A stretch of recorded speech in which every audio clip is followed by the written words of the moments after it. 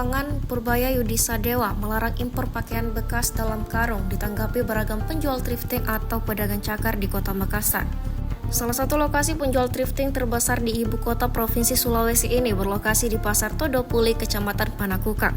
Salah satu pedagang thrifting di Pasar Todopuli, Haji Tartati berusia 60 tahun mengaku dirugikan jika kebijakan itu diberlakukan. Haji Tartati yang 20 tahun lebih berjualan pakaian bebas berharap agar kebijakan yang diambil disertai solusi tepat bagi pedagang sepertinya. Tartati mengaku dalam sebulan ia kerap membeli beberapa hal pakaian bekas dari supplier. Jika pakaian yang dibeli dalam bentuk jaket, jumlahnya sampai 200-an lembar dalam satu bal.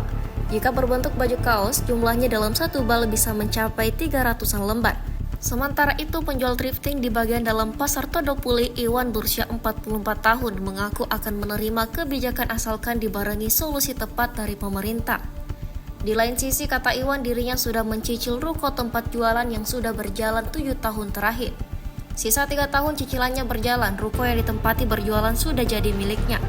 Namun demikian, ayah 3 anak ini tetap berharap agar pemerintah memikirkan secara matang setiap kebijakan yang akan diambil.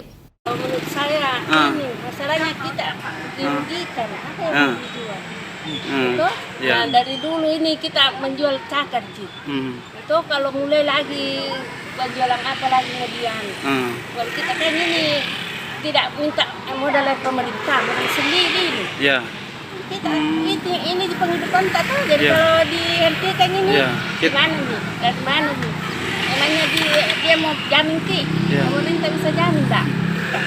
Harapannya ke pemerintah bagaimana, Bu? Harapannya ya, yang jamin ditutup. Atau ada solusi ya, begitu ya? Ya solusinya ya, kalau ada solusi lain yang bisa dijual, itu apa solusinya? Solusi. Ya. Bu, berapa lama sih menjual? 20 tahun, Pak. Berapa? 20 tahun? Iya, 20 tahunan nih.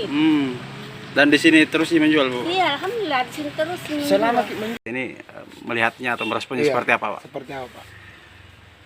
Kalau saya secara pribadi sebagai warga negara yang baik, saya akan ikuti, akan patuhi aturan dari pemerintah, Pak. Kalau memang pemerintah melarang kita ikuti. Cuma ya dengan catatan, kami ini pedagang sudah terlanjur pedagang, Pak. Iya, betul. Dan puluhan tahun. Dan ada yang sudah generasi ketiga turun-temurun.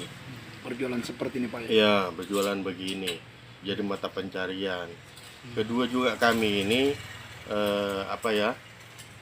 menjual begini, ada yang sudah terlanjur sewa tempat, ada yang seperti saya ini berjalan KPR ruko saya sudah jalan 7 tahun, sisa 3 tahun. Kalau istilahnya mau dihentikan silakan, tapi solusinya kami minta juga apa, harus ada itu. Kami tidak melarang, tidak menolak. Kan itu aturan pemerintah, silakan. Ada kebijakan, harus ada solusi. Solusi, betul. Itu yang kami minta. Berarti ada solusi lah buat pedagang seperti Bapak ya. Jika betul. Ada sebab, ada akibat. Ada kebijakan, harus ada solusi, ada jalan keluar. Menurut Pak, solusi apa kira-kira yang bagus diambil untuk sebenarnya kan Bapak. mereka melarang dasarnya apa?